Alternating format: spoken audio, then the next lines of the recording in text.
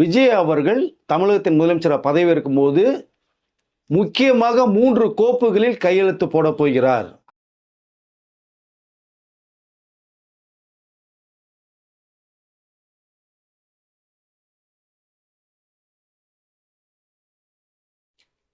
மூத்த பத்திரிகையாளர் வெங்கடேஷ் சார் நம்மளோட இணைஞ்சிருக்காரு. வணக்கம் சார். வணக்கம் சார். நீங்க சென்னையில் எந்தெந்த பகுதியெல்லாம் பிடிக்க போகுது, எத்தனை சதவீதம், எத்தனை ஓட்டெல்லாம் வரப்போகுதுன்னீங்களோ அது எல்லாமே டோட்டலாக வந்துருச்சு. இப்போ என்ன கேள்வினா, விஜய் அவர்கள் சிஎம் ஆகணும் அப்படி என்றால் அவர் பெரும்பான்மையை நிரூபிக்கணும்.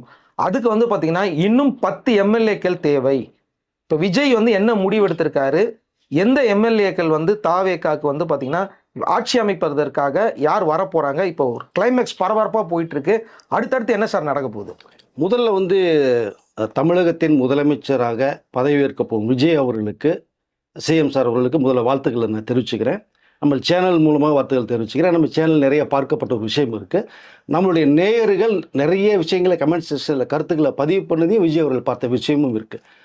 ஸோ இரண்டாவதாக விஜய் அவர்களுடைய அந்த கனவை நினைவாக்கிய, அவருடைய அன்பு செலுத்திய, வாக்குகளை செலுத்திய நம்ம தமிழக மக்களுக்கும் ரசிகர்களுக்கும் தொண்டர்களுக்கும் நம்மளுடைய மகிழ்ச்சியை நன்றியை தெரிவித்துக் கொள்ளுங்கள் சார். நீங்களும் கமெண்ட்ஸில் சிஎம் சாருக்கு வாழ்த்துக்கள் தெரிவிச்சிருங்க. கமெண்ட்ஸில் சொல்கிறேன். எஸ், நம்ம பார்க்குற நேயர்கள் நீங்களும் வாழ்த்துக்கள் சொல்லிடுங்க. இப்போது கிட்டத்தட்ட யாரும் எதிர்பார்க்காத மிகப்பெரிய தனி பெருமையான ஒரு வெற்றியை வந்து விஜய் அவர்கள் வந்து பெற்றிருக்காங்க 50 வருஷத்தில். எஸ், கிட்டத்தட்ட அரசியல் வரலாற்றையே தலைகீழாக திருப்பி போட்டிருக்கார் விஜய் அவர்கள். ஏன்னா தனி ஒரு மனிதன் மிகப்பெரிய போராட்டங்களை சந்தித்து இந்த வெற்றியை பெற்றிருக்கார். சாதாரணமான வெற்றி கிடையாது. இது இன்றைய அரசியல் பெரிய பெரிய தலைகள் எல்லாமே வந்து மிகப்பெரிய சரித்திர சாதனை. இது அது விஜய் அவர்கள் பெற்றிருக்காங்க. அப்படிங்கிற அளவு தான் நிறைய விஷயங்களை வந்து பேச முடியாத சூழ்நிலை உருவாயிருக்கு. இப்போ 108 சீட்டுகளை தனி பெரும்பான்மையோட தன் வசம் வைத்துட்டு அந்த விஜய் அவர்கள் வந்து முக்கியமாக சில ஏரியாக்கள் மட்டுமே வந்து என்னென்ன வாங்கியிருக்கேன் மட்டும் நான் வந்து சொல்லிக்கல விரும்புகிறேன். நான் ஏற்கனவே சொன்னது மாதிரி தான் 1.5 கோடி வாக்குகளை, 180 லட்சம் வாக்குகளை சாலிடாக தட்டி செல்வார் விஜய் அவர்கள். 35% வந்து அவருடைய பர்சன்டேஜ் வருங்கிறத நான் அழுத்த திருத்தமாக சொல்லியிருந்தேன். நிறையா சேனல்லையும் பேசுகிறீங்க, நம்ம சேனல்லையும் பேசுகிறீங்க. திரும்பி பார்த்தா தெரிய வரும். அது நடந்திருக்கு. தமிழகத்திலே பல தொகுதிகளை வந்து அசால்ட்டாக தட்டி போவார் அப்படின்னு சொல்லியிருந்தேன். சென்னையினுடைய மிகப்பெரிய இடங்களையுமே தன் வசம் பார்க்குவார் அப்படின்னு சொல்லியிருந்தேன். அல்ல 16 இடங்களில் 14 இடங்களை வந்து சர்வசாதாரணமாக அவர் தன்வசமாக்கிட்டார்னா அதுக்கு மக்களுடைய மிகப்பெரிய ஒரு ஆதரவு தான் நம்ம சொல்லிக்கொள்ள முடியும். இந்த 18-19 வயசுகளில் வந்து அசால்ட்டாக எல்லாமே பார்த்தவர்கள் மத்தியில் விஜய் அவர்கள் வந்து தன்வசம் வந்து அவர் இழுத்தார். அவருடைய இழந்த வாக்குகள் தான் இன்றைக்கி வந்து சாதாரணமாக கண்ணா பின்னான்னு வந்து விழுந்த காரணமே அதுதான். மிகப்பெரிய ஒரு வெற்றி காரணம் இவர்கள் தான். முக்கியமாக பார்க்க போனால் பெரம்பூர் தொகுதி அவர் வந்து 2 தொகுதினா 2லுமே மிகப்பெரிய ஒரு வெற்றியை பெற்றார் விஜய் அவர்கள். அதில் பெரம்பூர் பார்த்தீங்கன்னா 95,260 வாக்குகள் வாங்கி 40,000 ஓட்டுகளுக்கு மேற்பட்டு வந்து அதிபெருமையான வித்தியாசத்தில் ஜெயிச்ச ஒரு விஷயம். ரெண்டாவது பார்த்தீங்கன்னா திருச்சியில் இந்த பெரம்பூருடைய முக்கியமான ஒரு விஷயம், இந்த வெற்றிக்கு காரணம் என்னங்கன்னா ஒரு சின்ன லீடு கொடுத்துட்றேன். ஏற்கனவே இவர் வந்து இந்த ஆன்லைனில் கமிட் பண்ணும்போது 46,000 பேர் வந்து உடனடியாக உள்ள பதிவு செய்யப்பட்டது வந்து பெரம்பூரில் தான் ஃபர்ஸ்ட். ரெண்டாவது, பெரம்பூர் தொகுதியோட மக்கள் வந்து மிகப்பெரிய மாற்றத்தை எதிர்பார்த்துட்டே இருந்தாங்க. காரணம் வந்து இந்த 5 வருடங்களாக இந்த 2 முறை வெள்ளம் வந்து பெரம்பூரில் மிகப்பெரிய அளவில் ஒரு பாதிப்பு உள்ளாச்சு. அப்போ இவ்வளோ தூரம் வந்து சேதம் அடைஞ்சிருக்கு, எங்களுக்கு ஏதாவது பண்ணுங்க மக்கள் சொல்ல கடந்த முறை இருந்தவர்கள் அதை கண்டுக்கவே இல்லாமல் சர்வதம் கடந்து போன ஒரு விஷயம் மக்கள் மனசில் ஆழமாக இருந்தது. அந்த ஒரு மிகப்பெரிய ஒரு தாக்கம். யாருமே வந்து எங்களை பார்க்கல, செய்யலை. அந்த நேரத்தில் விஜயோடைய ரசிகர்கள் 4-5 நாட்களாக தண்ணீர் வந்து தேங்கி நின்றிருந்த ஒரு விஷயத்தில் போய் பால் பாக்கெட்டு, சாப்பாடு, பிஸ்கட்டு கொடுத்த விஷயங்கள் இருக்கு. அவர்கள் செய்த அன்றைக்கு வந்து மக்களுக்கு செய்த சின்ன சின்ன உதவிகள் இன்னைக்கு அதே மக்கள் பெரிய உதவியாக விஜய் அவர்களுக்கு கொடுத்துருக்காங்கிறத அந்த பெரம்பூர்த்துடைய மிகப்பெரிய வெற்றி காரணமாக பார்க்கப்படுது. அதே மாதிரி அங்கே ஒரு குடிசை பகுதிகள் வந்து ஃபுல்லாக எரிஞ்சிருச்சு. யாருமே பார்க்க போல. அதுக்கு வந்து விஜய் ரசிகர்கள் போய் ஹெல்ப் பண்ண போனப்போ அவங்கள தடுத்து அவங்கள தாக்கப்பட்டாங்க. நீங்க பார்க்கக்கூடாது, உள்ள உதவி செய்யக்கூடாதுன்னு சொல்லிட்டு அவங்கள தாக்குனாங்க. அதுக்கு மீறி நிறைய உதவிகள் செய்யப்பட்டது. சமூக சேவை மக்கள் இயக்கமாக இருக்கும்போது ரசிகர்களை வச்சு செய்ய வச்ச ஒரு விஷயம். இவ்வளோ தூரம் செய்ததுனால தான் பெரம்பூர் மக்கள் வந்து அந்த பெரிய மாற்றத்தை எதிர்பார்த்துட்டே இருந்தாங்க. விஜயனுடைய வருகை எங்களுக்கு மிகப்பெரிய விடிவுகாலம் இருந்தது, அடித்தாங்க. இப்போ அடுத்து பார்த்தீங்கன்னா திருச்சி கிழக்கு தொகுதி அங்கேயும் ஒரு மிகப்பெரிய வெற்றி 58,490 வாக்குகள் வித்தியாசத்தில் விஜய் அவர்கள் வின் பண்ணியிருக்காங்க. அதுவும் மிகப்பெரிய அளவில் மிக டஃப்பான ஒரு ஏரியா. அங்கேயும் மக்கள் வந்து அவருடைய வாக்குகளை வாரி வழங்கியிருக்காரு சொல்லலாம். எவ்வளவு வாக்கு வாங்கியிருக்காரு சார்? கிட்டத்தட்ட 84,465 வாக்குகள் அவர் வாங்கி 58,496 வாக்குகள் வித்தியாசத்தில் ஜெயிச்சிருக்காரு. திருச்சியில அவர் நிக்கிறதுக்கு காரணமே விஜய் திருச்சிக்குள்ள காலை எடுத்து வைக்க முடியாதுன்னு சொன்னதா அது சொன்னாங்க. கால் எடுத்து வச்சு பாருங்க, நீங்க வெற்றி பெற முடியுமான்னு நிறைய விமர்சனங்கள் வந்தது.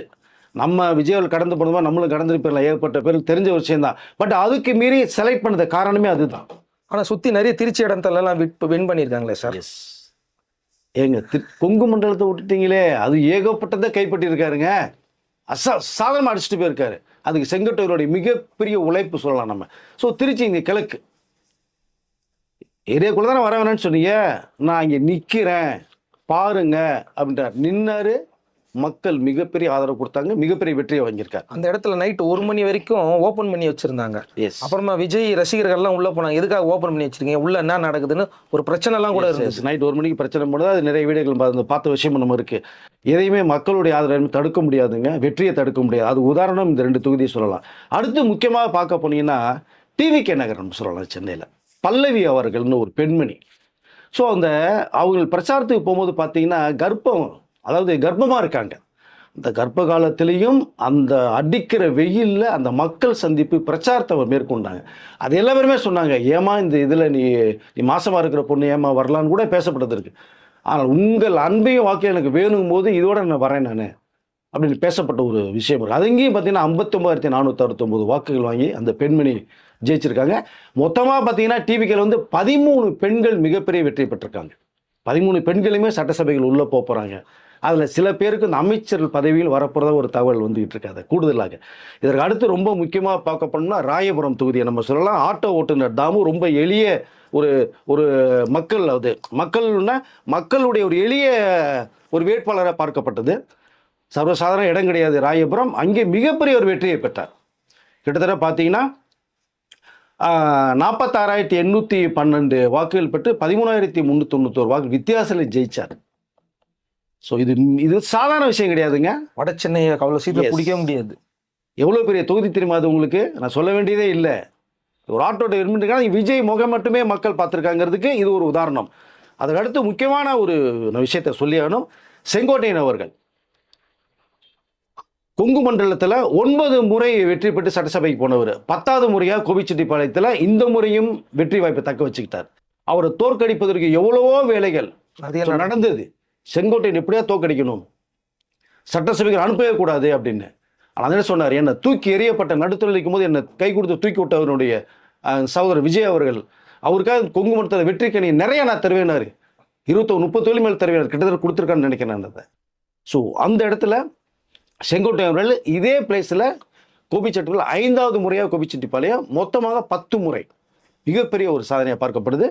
குறிப்பாக ரொம்ப ரொம்ப ரொம்ப முக்கியமான ஒரு விஷயம் அதை நான் சொல்லிக்கணும்னா, திருப்பத்தூர் சர்க்கார் படத்தில் எப்படி இந்த ஒரே ஒரு ஓட்டு ஒரு விரல் புரட்சி அப்படின்ற ஒரு படத்தை சொல்லி மக்கள்கிட்ட எப்படி சொன்னாரோ, அந்த ஒரு விரல் புரட்சி இங்கே உருவாகி இருக்காரு. மிகப்பெரிய ஒரு வெற்றியை பெற்றிருக்காரு தமிழகத்தில்.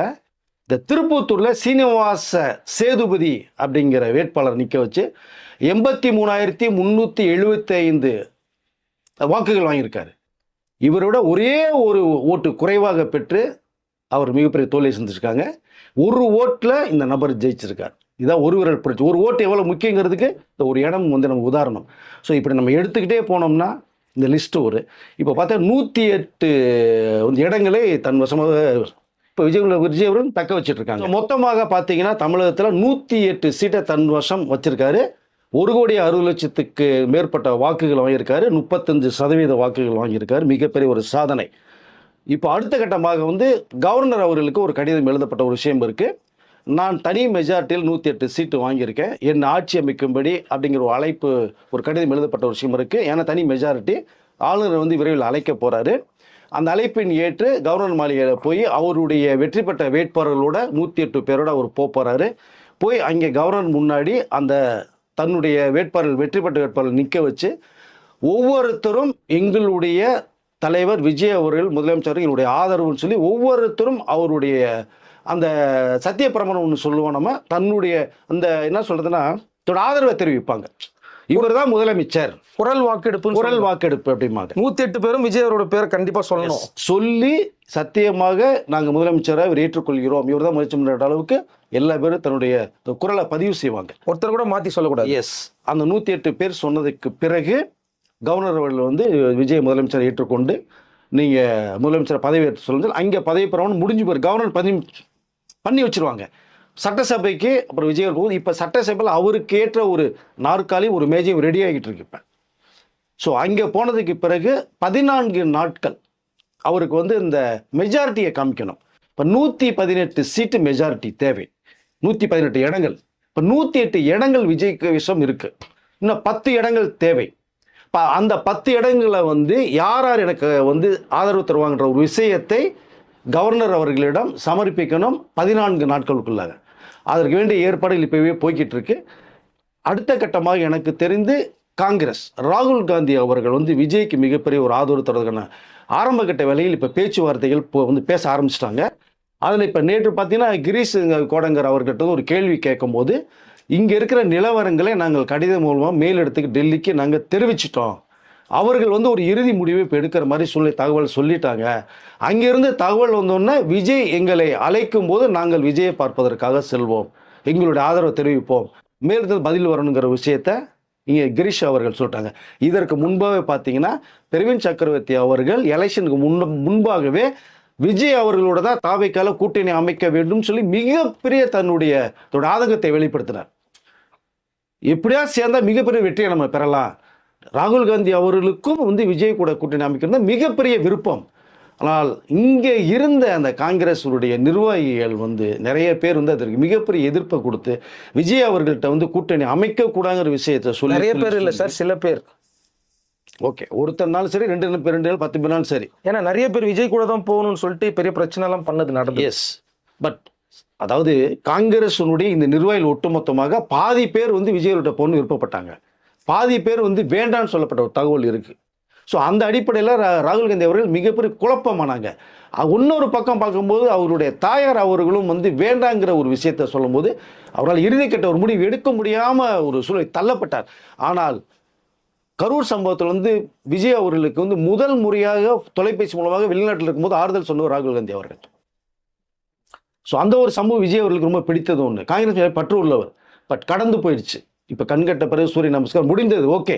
ஆனால் இப்போ காங்கிரஸ் மிகப்பெரிய ஒரு ஆதரவு தரதுக்கான வேலைகள் இப்போ வந்து ஆரம்பிச்சிருக்காங்க. இப்போ 5 பேர் கிடைச்சிட்டாங்க சார். 108 சீட்டு தன் வசம் வச்சிருக்காரு. 5 சீட்டு வரப்போது 113,000. இப்போ இன்னொரு 5 சீட்டு என்ன சார்? ஒரு 5 சீட்டு மட்டும் வரும். அதற்கு வேண்டிய ஏற்பாடுகளை இப்போ மற்ற கூட்டணி கட்சி இருக்காங்க இல்லையா, சரி, அவர்கள் வசம் அவர்களே பேசுவதற்கான தயாரான ஒரு சூழ்நிலை இப்போ பண்ண போறன்ற தகவல் நமக்கு வந்திருக்கு. அதுல வேற கிட்டத்தட்ட எனக்கு தெரிந்த ஒரு 15 பேர்கள் மினிமம் வர்றதுக்கான வாய்ப்புகள் விஜய் கிட்ட வர்ற வாய்ப்புகள் இருக்கு. அதுல குறிப்பாக ஒரு 5 பெண்கள் உட்பட வர்றது மாதிரி ஒரு தகவல் பேசப்பட்டு வேற ஒரு கட்சியிலேருந்து வரப்போறாங்க. அது 2 கூட்டணியும் வர்றதுக்கான வாய்ப்புகளும் இருக்கு. காங்கிரஸ் ஒரு பக்கம் கிட்டத்தட்ட வந்துட்டாங்க, இன்னொரு கூட்டணி வர்றதுக்கான பேச்சுவார்த்தைகள் போயிட்டு இருக்கு, நெருங்கிக்கிட்டு இருக்கு. மொத்தத்தில் தமிழகத்தின் முதலமைச்சராக திரு விஜய் அவர்கள் பதவி பிரமாணம் செய்ய போகிறாங்க. அதில் எந்த வேறு மாற்று கருத்துமே இல்லைங்கிறத நான் தெளிவுபடுத்திக்கல விரும்புகிறேன் சார். சார், அப்புறமா நிறைய பேர் வந்து இப்போ விஜய்க்கு வாழ்த்துக்கள் சொல்லியிருக்கிறாங்க. அதில் ஒருத்தர் வந்து விஜய் கூட படத்தை விட்டு அந்த படத்தையே காலி பண்ணுற அளவுக்குலாம் ஒரு வேலை பார்த்தாரு. இப்போ திடீர்னு ஜம்ப் பண்ணிட்டு இங்கே வந்துட்டாரு சார். அங்கேருந்து ஒரு ஜம்ப் பண்ணி வந்து முதல் வாழ்த்து தெரிவிச்சிருக்கிறாரு. அதுதான் அரசியலில் வந்து எது நடக்குது. அதுதான் நேற்றைய ஒரு விமர்சனம், இன்றைய விமர்சனம், நாளைய விமர்சனம். இன்னைக்கு ஒரு இடத்துல இருப்பேன், நாளைக்கு ஒரு இடத்துல இருப்பேன், ஜெயிச்சா அவங்ககிட்ட வந்து நான் சேர்ந்துப்பேன். அப்படிதான் இருக்கு. அது எல்லாரும் தெரிந்த ஒரு விஷயம் தான். பட் இந்த வாழ்த்துக்களை வந்து நம்ம பார்க்கும்போது பார்த்தா கிட்டத்தட்ட தமிழ் திரையுலகத்தை சேர்ந்த எல்லா பேருமே விஜய் அவர்களுக்கு வாழ்த்துக்கள் சொல்றாங்க. நம்மளோட இருந்த ஒரு நபர் மிகப்பெரிய ஒரு வெற்றியை, தனிப்பெருமனைய வெற்றியை பெற்றிருக்காரு. அப்படிங்கிற போது குறிப்பாக இங்கே நம்மளுடைய இந்திய நாட்டின் பிரதமர் மோடி அவர்கள் மிகப்பெரிய வாழ்த்தை சொல்லியிருக்காங்க. மிகப்பெரிய ஒரு சரித்திர சாதனை பண்ணியிருக்கார் விஜய் அவர்கள். எங்களுடைய ஒத்துழைப்பு தமிழ் மாநிலத்திற்கு அத்தனையும் நாங்கள் தருவோம் விஜய் அவருடைய ஆட்சியில் அப்படிங்கிற அளவுக்கு ஒரு தகவல் பேசப்பட்ட ஒரு வாழ்த்துக்கள் சொல்லியிருக்காங்க. அடுத்து பார்த்தீங்கன்னா ராகுல் காந்தி அவர்கள் தொலைபேசி மூலமாக 15 நிமிடம் பேசியிருக்கார் விஜய் அவர்கிட்ட. நேற்று ஃபஸ்ட்டு வாழ்த்து சொன்னதே நம்மளுடைய ராகுல் காந்தி அவர்கள் தான். நெருங்கிய நட்பு வேற இருக்கவர்களுக்கு இல்லை, அந்த ஒரு விஷயம் பார்க்கப்படுது. அடுத்து பார்த்தீங்கன்னா அண்ணாமலை அவர்கள் மிகப்பெரிய வாழ்த்துக்களை சொல்லியிருக்காங்க. அதை கமல் அவர்கள் மிகப்பெரிய வாழ்த்தை பதிவு பண்ணியிருக்காங்க. அதற்கு அடுத்து நம்ம முக்கியமாக பார்க்கணும்னா அவருடைய நெருங்கிய நண்பர் அஜித் அவர்கள். அவர் ஓட்டு விஜய்க்கு தான் விழுந்ததுன்ற மாதிரிலாம் நிறைய பேர் சொல்லிட்டு இருந்தாங்க. அது சொல்லிதான் தெரியணுமா? ஏங்க மிக நெருங்கிய நட்பு வட்டாரம். ராகுல் காந்தி அவர்கள் அதாவது நம்ம விஜய் அவர்கள் குரல் கொடுத்தது மாதிரி அஜித் அவர்கள் மிகப்பெரிய குரல் கொடுத்தார் அப்போ லாஸ்ட் இயர். அவர் படத்துல இருந்து ஒருத்தர் தூக்கிட்டாரு வர சொன்னாரு. அதற்காகவே தூக்குனார் விஷயம் தெரிஞ்சதுக்கு பிறகு வேணான்னு சொல்லி. ஏன் அது நீங்க ஏன்னு கேட்குறீங்க, சொல்லலான்னு பார்த்தேன். பரவாயில்ல, விஜய்க்கு எதிராக மிகப்பெரிய ஒரு பிரச்சாரத்தை வந்து விஜயை ரொம்ப விமர்சனம் செய்து மட்டமாக பேசப்பட்ட ஒரு நடிகர் தான் அவர். வந்து அடுத்து அஜித் பண்ணக்கூடிய படத்தில் வந்து இது நடிப்பதற்கு வாய்ப்பு வந்தது. எல்லாம் ஓகேன்னு சொல்லி எல்லாம் முடிவானதுக்கு பிறகு விஜய் அவர்களை நீங்கள் என்னுடைய நண்பனை நீங்கள் பேசும்போது ரொம்ப யோசிக்கப்பட்ட ஒரு விஷயம். இது இப்போவே இப்படி இருந்தாருன்னா பின்னாடி எப்படி இருக்குன்ற ஒரு சூழ்நிலை அந்த நடிகரை வேண்டாம் என்று அஜித் அவர்கள் தூக்கி எறியப்பட்ட ஒரு சம்பவம் இருக்கு. விஜய்க்கு அது யாரு நீங்களே வந்து யூகம் பண்ணிக்கோங்க. சரியா? விஜய்க்கு எதிராக பிரச்சாரம் ரொம்ப மோசமா பண்ணாங்க, ரொம்ப மோசம் பண்ணாங்க. அதனால தூக்கிட்டாரு அஜித். எஸ் அது யாருங்கிறது கண்டிப்பாக தெரியும். கமெண்ட்ல சொல்லுங்க, கமெண்ட்ல நீங்களே சொல்லுங்க. அவர்கள் பேருடன் நான் சொல்ல விரும்பலை நான். ஓகே, அதனால இந்த பக்கம் அஜித் அவர்கள் வந்து தொலைபேசி மூலமாக விஜய் அவர்களுக்கு ஒரு 5 நிமிடத்துக்கு மேற்பட்ட ஒரு பேசின விஷயம் நேற்று இருக்கு. தன்னுடைய வாழ்த்துக்களை பதிவு பண்ணாரு. ரெண்டாவது குடும்ப நண்பர் வேற, மிகுந்த அக்கறை உள்ளவர் வேற. ஸோ அஜித் மேலே விஜய் அவர் மிக பற்று உள்ளவர். ஸோ அந்த நட்பின் அடிப்படையில் வாழ்த்துக்கள் சொன்ன ஒரு விஷயம். அதற்கு அடுத்து பார்த்தீங்கன்னா விக்ரம் அவர்கள் என்னுடைய நண்பன். ஸோ முதலமைச்சராக இருக்காரு சார். அவரு விஜய் போட்ட ட்ரெஸ் கோட்ல தான் சார் வந்தாரு. ஏங்க நிறைய பேர் வந்து விஜய் அவர்கள் போட்ட காஸ்டியூம்ல இருந்து ஓட்டே போட்டு போனாங்க. அதுல சிம்பு வந்தாரு, சொல்லிட்டாரு உங்களுக்கு. பல நடிகர்கள் வந்தாங்க. விக்ரம் அவர்கள் மிகப்பெரிய வாழ்த்துக்களை பதிவு பண்ணிருக்காங்க. அப்புறம் சிம்பு அவர்கள் தான் ரொம்ப வித்தியாசமான சில வாழ்த்துக்களை நேற்று பதிவு பண்ணியிருக்காரு. அப்புறம் ஜீவா அவர்கள், அப்புறம் எஸ்கே குறிப்பாக துப்பாக்கியை கொடுத்துட்டு போனாங்க இல்லையா, நீங்க ஏதோ முக்கியமான வேலையை அப்புறம் நீங்க போறீங்க இங்கே நான் பாத்துக்கிறேன்னு சொன்ன அந்த தகவல் வந்து எஸ்கே அவர்கள் வந்து இப்ப மிகப்பெரிய ஜனநாயகன் படம் வர நேரத்துல இவர் படத்தை நடுவில் விட்டாரு சார். அதாவது இப்ப அதுக்குள்ள போவேன்னு நினைக்கிறேன். எதுக்கு அது விடுங்க, முடிஞ்சு போச்சு. கதம் மாதிரி நம்ம விஜய் சார் சொன்னது மாதிரி கதம்னு சொன்னார் இல்லையா, விஜய் அவர்களே கடந்து போயிடுவாரு. ஏங்க இவ்வளவு விமர்சனம் பண்ணின அரசியல் விமர்சகர் 10 சீட்டுக்கு மேல விஜய் அவர்கள் தாண்டுனா அரசியல் பேச நிப்பாட்டுனேன்னு சொல்லியிருக்காருங்க. இப்போ 108 சீட்டு வாங்கியிருக்காரு. இப்ப என்ன பண்ண போறாரு? இன்னைக்கு அவரே வந்து வேற மாதிரி பேச ஆரம்பிச்சிருக்காங்க போது அரசியல் இதெல்லாம் நடக்கும். ஓகே, விமர்சனம் பண்ணீங்க, தப்பு இல்லை. ரொம்பவும் அழுத்தம் திரும்ப அடித்து ஒருத்தர் விமர்சனம் பண்ணிட்டு அவசியம்னு சொல்லிக்கலாம் விரும்புறேன். தயவுசெய்து நீங்க இப்போ 108 சீட்டு வாங்கிட்டாரு, நீங்க 10 சீட்டு வாங்கினா அரசியல் பேச மாட்டேன்னு சொன்னீங்க. உங்களை பார்த்து ரசித்தவர் நிறைய பேருக்கு உங்களுக்கு ஃபேன் பாய் இருக்காங்க, அருமையான அரசியல் விமர்சகர். தயவு செய்து நீங்க யாரும் இல்லை, ரங்கராஜ் பாண்டே அவர்கள் தான் மதிப்பு மரியாதை உள்ள நபர் தான்.